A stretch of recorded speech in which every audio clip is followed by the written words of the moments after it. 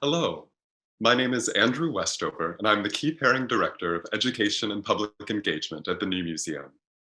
I join you today from the unceded land of Lenape people, and I'd like to begin by acknowledging and paying respect to Lenape people and elders and ancestors, past, present, and future. On behalf of the New Museum, I am glad to welcome you to today's roundtable conversation with artist Wong Ping and author and journalist Meredith Talusan.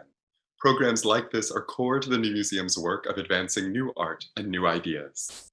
This program is presented in conjunction with the New Museum exhibition Wong Ping, Your Silent Neighbor, which is currently on view. This exhibition is curated by Gary Carrion Muriari, Krauss Family Curator, and Francesca Altamura, former curatorial assistant. I would particularly like to thank Education and Public Engagement staff members Andrea Calderes and Derek Wright, as well as the entire New Museum team for their help bringing this program together. New Museum public programs are generously supported by the Research and Residencies Council, and digital initiatives are supported by Hermione and David B. Heller. We also thank our members and supporters, like you, who help make these programs possible. I'll now share a few biographical notes about today's speakers. Wong Ping lives and works in Hong Kong, where he founded the Wong Ping Animation Lab in 2014. He has had recent solo exhibitions at SCAD Museum of Art in Savannah, the Institute of Contemporary Art in Miami, Camden Arts Centre, London, and Kunsthalle Basel in Switzerland. His films have been screened at many festivals and institutions, including London Short Film Festival, International Film Festival Rotterdam, Sundance Film Festival, Hong Kong International Film Festival, Kurtz Film Festival Hamburg, Centre Pompidou, and Artist Film Biennial. Ping was the recipient of the inaugural Camden Arts Centre Emerging Artists Prize at Frieze in 2018. Meredith Talusan is the author of the critically acclaimed memoir Fairest and has contributed to many publications, including the New York Times, The Guardian, The Atlantic, Wired, and Condé Nast Traveler. She is also founding executive editor and current contributing editor for Them, Condé Nast's LGBTQ+ digital platform. They are currently working on a novel. A few logistical notes before we begin. This program will last for approximately 1 hour. If you would like to ask a question, feel free to use the Q&A function at any time by clicking the Q&A button located at the bottom of your screen to type your question. Please note that this program is being recorded, so your question will be recorded as well. If there is time, our speakers will answer questions during the Q&A at the end of the program. Finally, I encourage you to learn more about upcoming public programs on our website, newmuseum.org. And now, without further ado, I turn the conversation over to Meredith. Hi, everybody. I have been really looking forward to getting to talk to Ping, whose work I've been just devouring over, over the past few weeks since I've been invited to talk to you, Ping. So it's so funny just because Andrew sent me Jungle of Desire, and I found myself, just sort of like immediately just really sort of like drawn to just sort of like the weirdness of the work, to the sort of like, to just this sort of sense of constant instability, right? Like whenever when I saw, with my first interaction with this work from the beginning. And I was just, I guess like one of the things, since Jungle of Desire came out in 2015, like I feel like I'm just really curious about like what your goals were when you started the animation studio, and like, like who you wanted to reach, what the reasons were for, like for putting out these animations in the first place. And have those reasons, or like have your kind of like imagined audience or desires for where your work should go, sort of like evolved and changed over the years?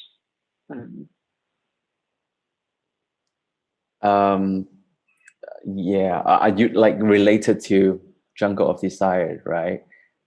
Um, I guess the reason I found the animation lab was only for the reason to get funding from the when I first started. So they asked me for, you have to have those like business, like a company, in order to get some animation funding back in 2013, I guess. So basically the lab was like, it sounds like a lab, but basically it's only me in there. So so when people speak about like the target audience or imaginary like audience, I guess before the short Jungle of Desire, I used it to post work online on my Vimeo, sometimes YouTube channel back in 2013 or 2012. But later on, I just post on Vimeo for, I don't know what it was. Like, I don't have any plan, but it was my hobby beside my day job. So by 2015, when I work, like that was I think Jungle of Desire was my first exhibition, I would say, that I have to deal with like physical space, objects, and I get a chance to have a physical space. So that was the first time I worked outside, like a solo show, but I work outside from the computer, like from the internet. So to be honest, because of that origin, I don't have any audience mindset even now, because I mean, the internet is for everyone. So I still don't have the concept of audience whenever I work or start or write or animate it. So everything is keep it simple, like as a hobby. So the reason why I made the 2015 work, it was the location was in a low income area in Hong Kong, which there are a lot of like prostitution around that area, and the inspiration was from the news. For many years, I kept that in mind. So by the time I got this chance in 2015, I think I have to expand this narrative from the news, policemen taking advantage of, prostitution. So I don't know, every time, when I expand this idea into a video or animation shorts, I don't have plan, or I don't know where would it lead me to. So at the end, it was like a pure revenge to the policeman at the end. Yeah. Was it your idea to move from an animation, like an internet-based animation space, to doing exhibitions, or were you invited? Like, how did that practice evolve, right? Like, how did you end up here? Like, we're like speaking in this museum context, right? Coming from coming from just making work on the internet, and like, is that weird for you? Like, it seems kind of weird to me. It is, but like no one forced me to, but like it just organic growth from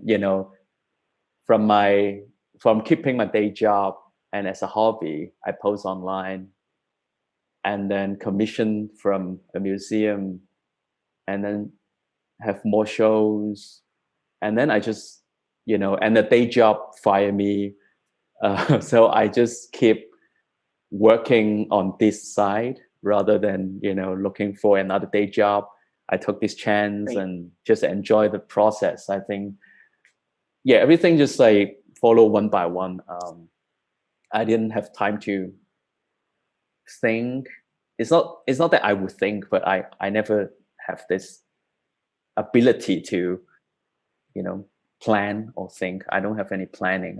That's one of the scary part, when I notice I'm I'm almost 40, so I was like, I still have no plan, and what I'm doing, I sometimes I kind of lost, but it was, yeah, as you said, it's weird sometime, but I just follow the flow. I guess it's been like this since I was young. So I like my studying, my education, you know, I fail, and then parents kick me to Australia, and I follow them, and then, you know, seems like someone has always planned for me, or like the nature planned for me. So yeah. Yeah. No, and I think, you know, like that when you describe kind of like the trajectory of your life, I feel like it has a really, I mean, part of what's so fascinating about your work, right, is that, you know, like all of the ideas seem so spontaneous, right? Like that you make all of these, you know, just sort of like really fascinating connections that feel like at the same time completely absurd, and yet also, you know, speak to something inside of us, right? And I love that about it. So when you talk about, you know, like for instance, with emo nose is a good example, right? Like in terms of, you know, like obviously, you know, for people who haven't seen the show or seen the animation, you know, like emo nose, it like starts with, you know, with like a guy, but I love the beginning of it because it's such a fascinating, amazing idea that like, oh, like once I like you know, like it says something like, oh, like my nose learned Cantonese, or like once my nose picked up Cantonese or something like that, then, you know, then I didn't have to like go out as much because, you know, like I can just talk to my nose. Yeah. And I was just wondering, you know, like I guess like how, like is that just like something that you thought about one day, and then like what are there ideas that you discard, you know, like what is your process of kind of like editing and thinking through your ideas, and what becomes worthwhile to pursue and to you know, because I imagine the animation part is, you know, is the part that's really time consuming, right? Well, yeah, it's interesting because the animating part it took an intensive time for me to work alone, you know, from drawings, moving, animating, design, the voiceover and everything. But I actually spend more time on the writing because I feel like I can't push anything. I mean, I don't know if you write like this, but like you can't just sit there and think. You have to let time pass and it will come up somehow. So it took me longer, like every time it took me longer to write. But animation, you have to, it's almost like a factory, you know, you have to sit there and work until it's done. There's a lot of process you have to follow, and you know, you go through the process. You have to do that. So it's, yeah, it takes longer in animating, but in the length it's not, but like, yeah. So that work, I forget when I did the emo nose, I think 2013 or 14. That was one of, well, now when I look back, it's interesting because I found that I used it to have like a typical writing, like linear storyline. Like I only talk about the nose. Also in Jungle of Desire, I only talk about a certain situations or the occasion of between, you know, three characters. But now when I look on the latest work, maybe I don't really care about this kind of writing anymore. I shift to another style. But anyway, Emo Nose was, I think the existence of this work is quite interesting because that was the reason I found the the animation app because I was so broke, so I need some money to make the animation. So I have to join the funding from the government. It was like one of the animation program. So that was, I would say that was the only work I have to censor it. So I don't have any hardcore stuff in there. I took away. I have to, they censor my script and all that. And but I didn't really care at that time. I just need the money to survive. And then, but now whenever I have to show work in some sensitive country, if they censor me, I would just send this work over because that's the only work is safe to, So the assistant of this work in my all of my work is quite interesting. I think the inspiration, like why I start the script was, I feel like it's really, I would say it's really like cliche, like a emo period. There was like a lot of dinner from the old classmate, the schoolmate. And sometimes you just want to be, you didn't want to be there, but I would blame myself that not participate in a crowd, in a group of people too often. But when I go there, I would also feel bad about myself. And every time when I go back home, I would blame myself not enjoying, everyone's, I'm not participating in group event activities, I would say. So yeah, I just made this work. Wish I could be, have some group activities with only myself. But I think now when I think back, like it's quite similar to my working process. Like all the time from scratch to finish of the work, I only face on my laptop. So I would celebrate with my laptop and when I'm done, when I'm relaxing, I'm looking at the same computer. So I feel like, yeah, that may be the spirit in this work, about, I don't know, it's cliche, but like feeling lonely in the group. Right, yeah. Right. But it's also so wonderful that you talk about, like the way in which this piece feels like safe, right? But then at the same time, like the same iconography, is the same, like is the sort of like upside down heart that then also becomes the head of a penis, like in, like in some of your other work, right? And like, and I guess like I'm really interested in just sort of, like, is that conscious, like, are these like recurring images, like recurring motifs that sort of like pop up, like even in this picture that we're looking at, right? Like the hat with the little top, then gets transported, and becomes, these breasts in, like in some of your other pieces. Like, yeah. Can you talk a little bit about that aspect of your work? You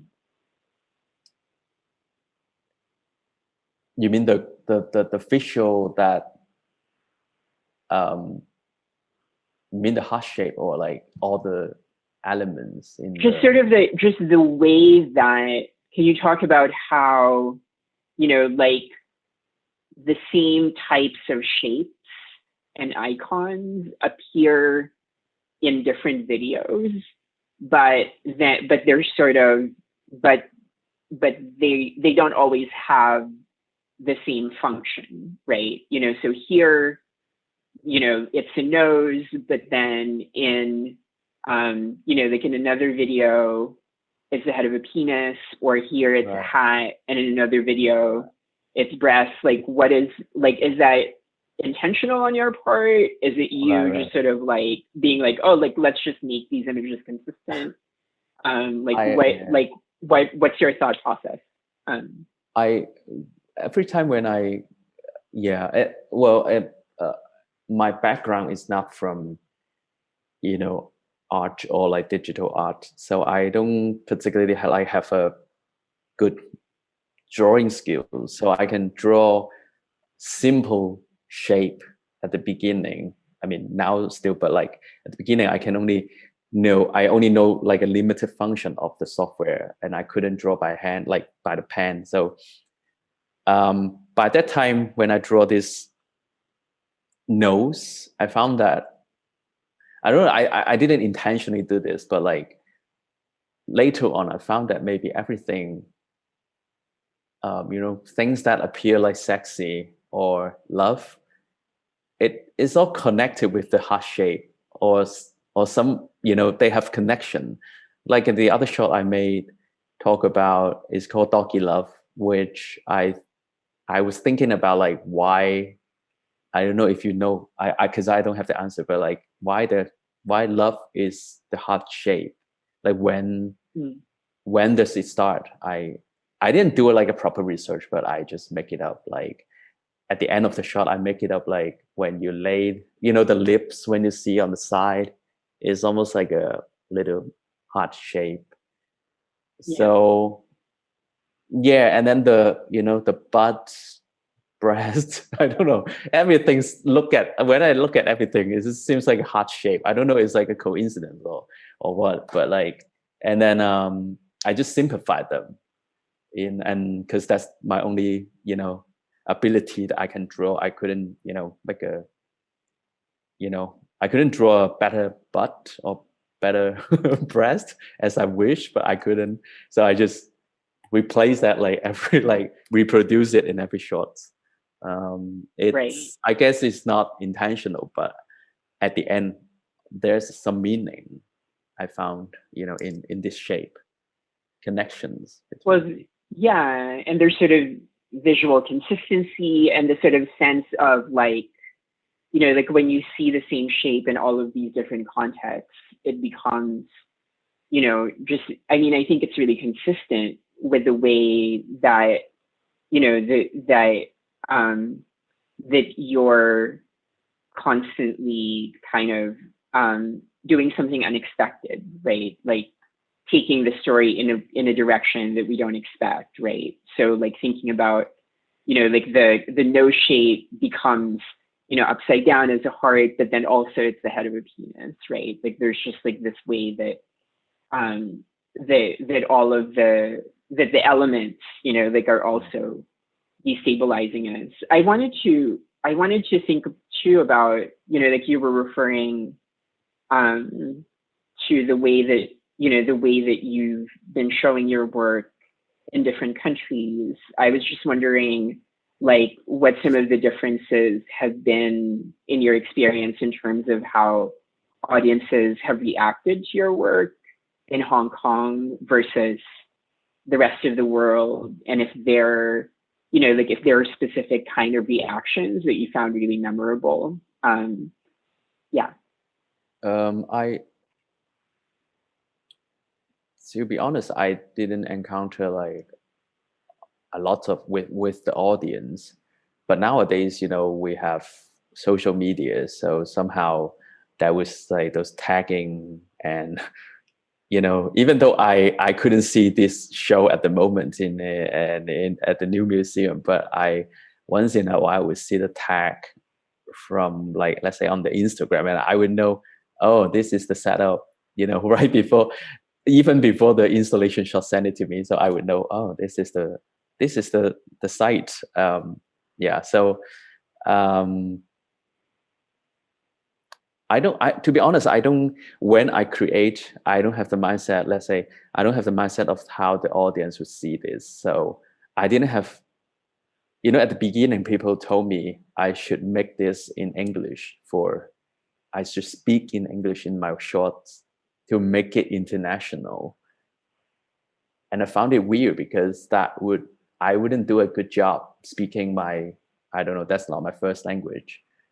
And since I don't have the mindset of what did those words could lead me to, or where am I going, I don't feel the need for me to do that. I was just saying something inside me that the purpose wasn't connecting people or even inspire people. I don't know. I just, as I said, it's like a hobby for me. So I don't really care like if it, if the international wise would understand the shorts at the beginning.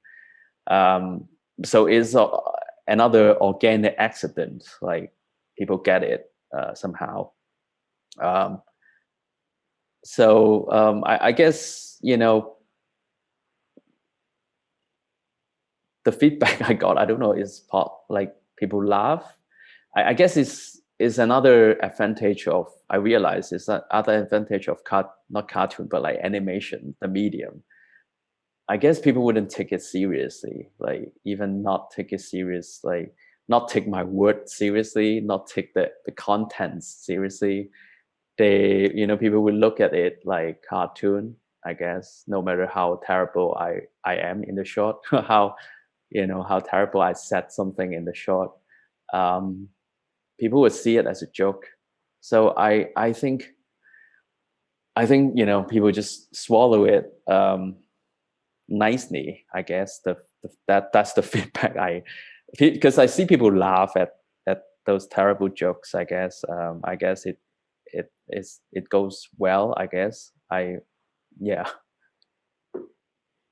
it's funny just because I feel like like in terms of this question of English, of using English or not, I think one of the wonderful things about them being subtitled is, for somebody who doesn't speak Cantonese, is how you have to focus on the subtitle in order to understand what's happening. But then you're almost always talking about something that's like exciting or titillating.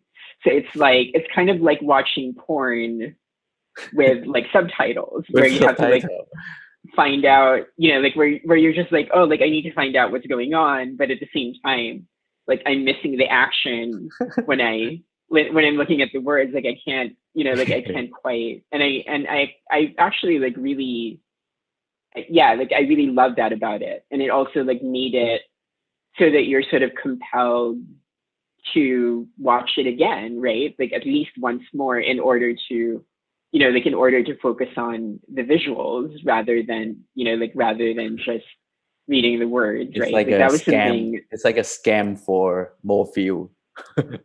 Yeah, it's like double clickbait. Yeah, I sometimes I realize I speak faster and faster, like people couldn't catch the visual, and people would. I guess that's the other differences for exhibition space and internet. On the internet, like the cables, like Netflix, we can always stop. Now, nowadays we can always stop, go back, rewatch it again.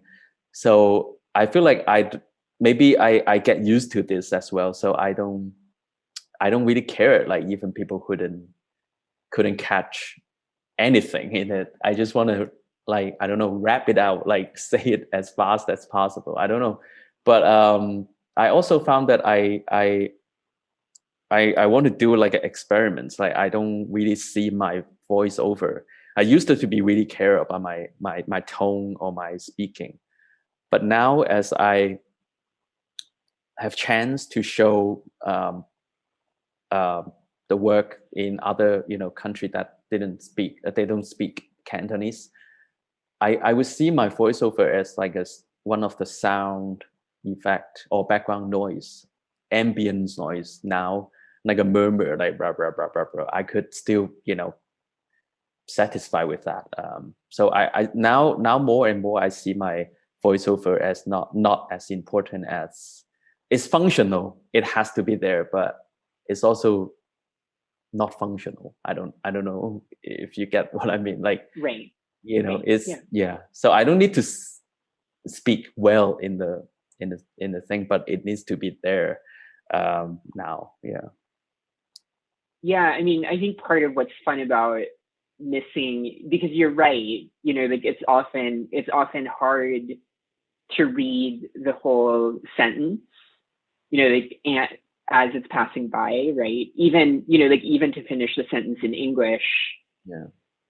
Before the next sentence comes. But again, like it has this sort of like function of like, oh, like I'm missing something. I have to, like and it really goes with so much of the subject matter, right? Like because so much of what you write about or like what you show is about desire, is about, like frustrated desire, is about, like people like not quite getting what they want or, like trying to figure out how to get what they want. So I feel like it really does like go together with the, like with everything else. Like, is it weird for you? I think you're accurate for the point with subtitle, accurate description, I guess. Because yeah, now I wonder, like, you made me think about, do I bump into subtitle when I watch porn? It's I have to think about it like later, but yeah. Yes. What was I going to ask you? Oh, I was just going to ask like, well, okay. I have a few questions, but I guess I'll start with, like the current piece, like which is new, right? Is what is it called? Sorry for the late reply. Yeah. Is so much more. It feels like, well, like it's explicitly your response to sort of like being asked about the pandemic, right? But also B, it's sort of, it's, like it's longer than some of your earlier pieces. It's darker, right? Like it's more, and I think you're right, like the narrative is less linear. It's more kind of like surreal, and it's like the associations just move through. Can you talk just a little, like whatever you want to talk about in terms, can you talk about, like how it felt making this piece versus, like versus other pieces that you've made, right? And I think this piece, like, did you know that this piece was for an exhibition setting, and did you have like parameters in terms of how long it's supposed to be, et cetera, et cetera? Right. Every time I start with the writing, I don't limit myself with the length, like how many words I have to write in order to make like a certain minutes of time of videos. But I guess you're right. I think that in the future I have to limit myself because that's too long for me to animate. I can literally produce 2 shorts for I can cheat a little bit and separate to do 2. But yeah, so I just go for it. Somehow, as a writer, I think you would know the feeling, like when you think about something, it's pretty good, and you write it in the first draft, and you don't want to give it up, even if it's too long. Like you just want to fit everything in.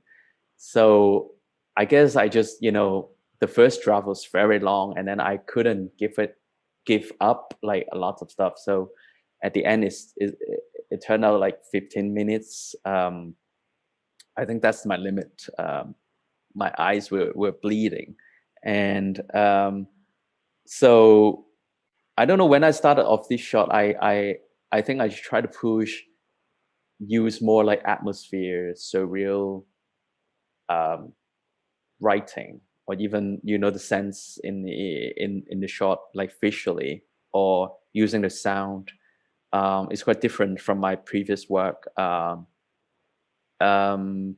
It's not super personal. It's surreal, but it is always as but the way I combined stuff from my daily life is pretty much the same.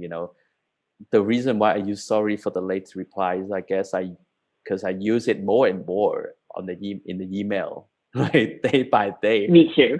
I hate myself now, like sometimes not even that late, I would still open it with this line. Like, what I was like, yeah, I don't really like this, but I guess everyone get used to it like now. Like, sorry for the late reply. So I kind of want to use that as the title, and then and another reason is that I used it to have like a column in a literature magazine in Hong Kong. So one time I don't have any ideas what I want to write, and it was like few days past the deadline. They have to print the magazine. So I just sent that was the original. Like, I sent that GPS. I make it up like I was trapped inside someone's leg, and I sent it to the editor, and they just have to they have no choice. They have to print it, only that, like without any writing. So Oh wow. that's how I how I start this story. But like, as I said, in Jungle of Desire, I at first I put down the situation, and then I just expand. I just fit it in details with other stuff, try to make it logical, like a storyline, and then even though at the end it doesn't matter, like maybe it's not related to sorry for the late reply. It doesn't matter if it's not related to the legs or whatsoever. Like, I just fit it in, almost like, I have to, every time when I started, I think I have to capture the, like taco, like making taco, that the bread, the skin is the theme. I sorry for the late reply, and I was trapped inside someone's leg, and then I just fit ingredient in it, which doesn't relate it to any of this bread, this skin, and make them logical. I would say logical. And so, and also I found it just another reason I find it fascinating is that I found how to call that, I still don't know how to call it, the legs, the the veins, yeah. the veins, yeah. I found it fascinating. So I just love watching people's like with that, and imagine one day, I can, I don't know, I always wonder what's inside when I was a kid. Like, why is this like pattern in someone's leg? But yeah, now I know why, and it shows that person's history, I guess. Almost like the trees, the how to call that, the pattern for the inside the tree shows how long they lived, how long this tree lives. Yeah. So this is kind of like the rings, like, yeah. Yeah, the ring, yeah. So any other bit was like pretty much my observation or thoughts. I will also always like compare it to, it's like a collection of my Twitter comments. I fit it inside. You can see me commenting stuff in the shorts, which may be not related to one to each other, but that's how I build up the script. Mm-hmm. Yeah. We have about, I think we have about 15, we're close to having 15 minutes left. So if anybody would like to ask questions, I mean, I have so many more questions, but if somebody from the audience would like to ask questions, please do so, and put them in the Q&A. They're the New Museum folks, I think Andrea is looking at them. I guess like I wanted to ask about, like when you're talking about like these impulses, like one of the sort of like driving themes in your work is sort of repression, right? Like it's just like this way in which you're consistently like surfacing like ideas that we're repressing, and then they sort of like, and in repressing them, things kind of like go wild, right? Like like in this new piece, this idea of, like one of your friends reading scholarly articles about race, and, like, and becoming like completely overwhelmed and getting this chameleon that is changing, that is constantly changing shape, color, so that they wouldn't be like racially identifiable, and dies of being tired, right? Or you know, like, or in some of your other pieces, like this question of like I think it's in Who's the Daddy, this idea that like this idea that you can fetishize an unborn child, but if you fetishize, you know, like a child that's born, then you're perverse, right? Like I'm just really interested in like your really consistent desire to surface and to sort of like all of these things that so many people repress, like so all of these ideas, and like where that comes from, like why you think it's, you know, like why it shows up in your work, why you think it's important to explore. Yes. I think my interest in looking at things is to pick up the, you know, to put things or to put question in extreme or contrast situation that force me or people to make choice. Like every other shots, I would put the situation in the extreme in order to reveal the, I don't know, the truth, or to force people to make choice or sacrifice. I think that would make the question or the matters more clear. I don't know if it sounds make sense, but like you know, often when I was young, I would, you know, let's say I was in an elevator and I was in a bus or I was in a train. I would, let's say I was in an elevator, I would think, okay, there's like 6 people in there. Like, who can I pick to, like, who's the best I would sleep with? Like, I would think in my head to it's not, you know, that sometimes it would be, you know, in the elevator there's like a lot of different people, like maybe there's like 6 other men in there, but I still force myself, or if there's like 6 grandma in there, I would still force myself to make choice. And through that process, I think it would be clear to reveal like why I would sacrifice look for this, you know, grandma using a nicer, let's say, iPhone case that I'm into. It turns me on. I would sacrifice that to pick that. So in that kind of situation, I think it's not the matter of like sleep with them or like having sex with them, but more like how and await different aspects of things. So I would often, you know, put like see things like this or put my story or character in those situations. Let's say in the Jungle of Desire, you know, the couples, they, of course, the husband is not willing to, you know, his wife to become a prostitute, but they got no choice because life is, you know, there's like a lot of sacrifice and stuff like that. So maybe it become a repress for the, you know, for the husband or the family. But that's the side thing. But more, I would like to focus on the choice, or people how, you know, sacrifice, even, I don't know, not in that extreme situation, but like also Who's the Daddy, also, you know, how to see things in too extreme, and then I think the truth would reveal. But oftentimes I don't have answer. So maybe for audience or for myself at the end, I didn't know what is that. Like, I don't know. Even the work is done, I was like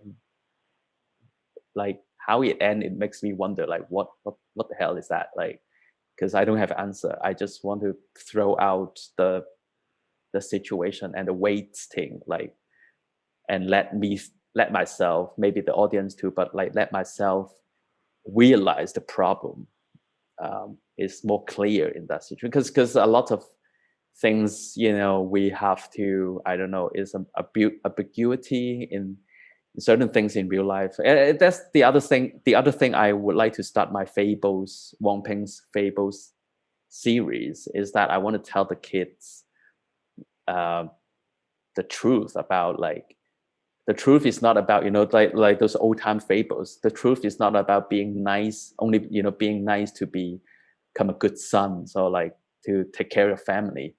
But the truth is more like sometimes you have to sacrifice the time to, stay with your parents, but you have to, by sacrifice that, you can have more time to be with your lover, friends, or maybe me time, your own, or your job. So you have to make choice. That's not possible to be a good boy, maybe, or good son, daughter, or like family man, like family, like, yeah, that's how I would like to, see things and observe things to become, to process into the writing. Yeah, I love that. I love the idea of putting your characters in the most extreme versions of the situation in order to make the problem more clear. Like that's I feel like that's a really fascinating way to frame storytelling and sort of like bringing out our inner desires. I have some questions from the audience. One of them is, you don't have to look, I can curate them. But one of them is what was your day job? And, like, how did it influence your work, your artwork? My day job was like those post-production from in a broadcast station in Hong Kong, like cheesy dramas, those sitcom stuff like that. I have to do post-production for all the, gunshots, the bullets, digital stuff, removing wires, make the, actors and actresses look better, bigger boobs, bigger butt, more hair, stuff like that, for 2 years straight.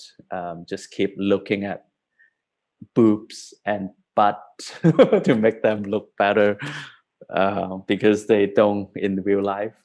So that was my day job. The influence, I guess, is the repress and depression.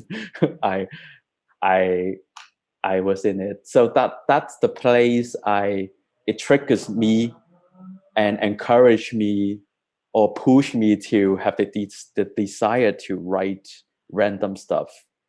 Because I don't have any goals when I work in there. I just need a job.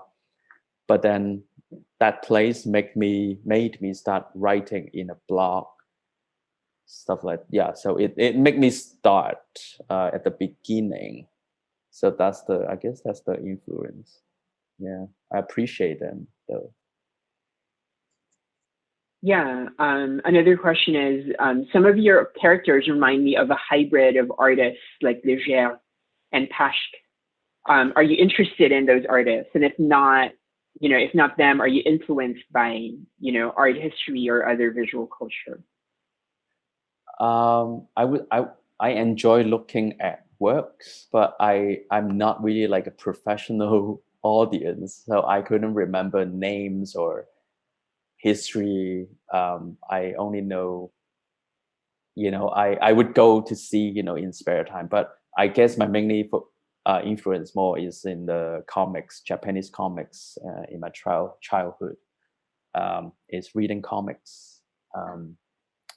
So I guess that it also not influence, but it's the only text I read in the comics. I found myself no patience for longer, like thicker books. So comics is a good size, I guess. So, well, I mean, when I was young. Yeah, that makes a lot of sense. You mentioned that you don't have an art background. How did you first learn how to make animations? Did you watch YouTube tutorials? What type of software did you use?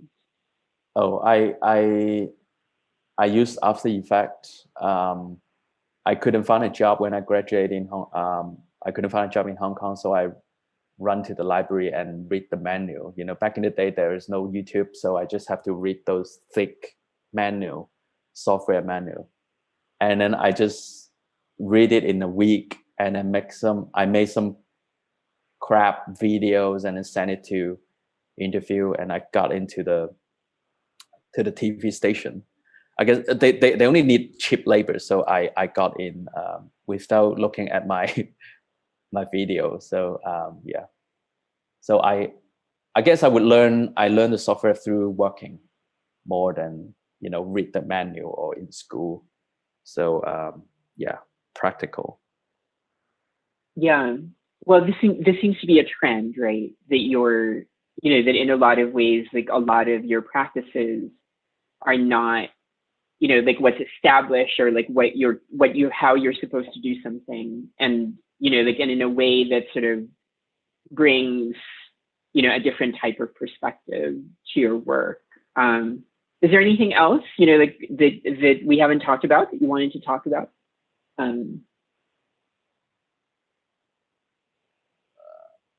Not I I don't know. I mean, we pretty much we talk about the new shorts, and oftentimes I found it difficult to talk about the work itself. It's like a movie. It's hard to, there's too many things going on, and there's no theme or no ending in it. So there's no a proper ending or theme in it. So I think the best description of the work is the work itself already. So I don't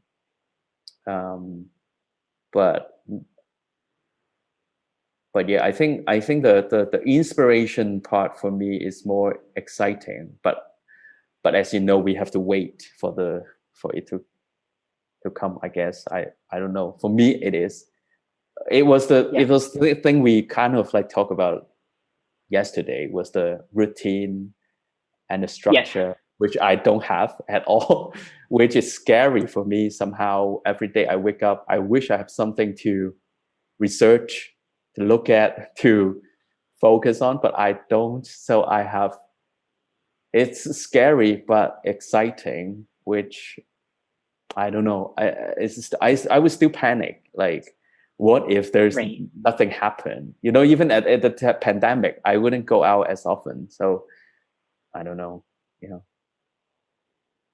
Yeah. I mean, I think for me, part of the reason why, like yesterday, Ping and I were talking about how, like I'm very routine driven, and, and Ping was talking about how scary that he doesn't have like a specific routine, but it's also really scary. And I think that's why, like I have such a routine. You are the opposite. Is because like otherwise I would just be in that, like depressive void, right? So I always, and I think also like when you're working on a book, it's just like a ton of text. And so like you just, have no choice, even when you're not feeling inspired, you just keep going, so that then you have like a placeholder for, so that when you have like something more interesting to say, like you just have. So when you say you have to keep going, does it mean you have to keep writing stuff, like keep writing? And it's because it'll take like 20 years to finish a book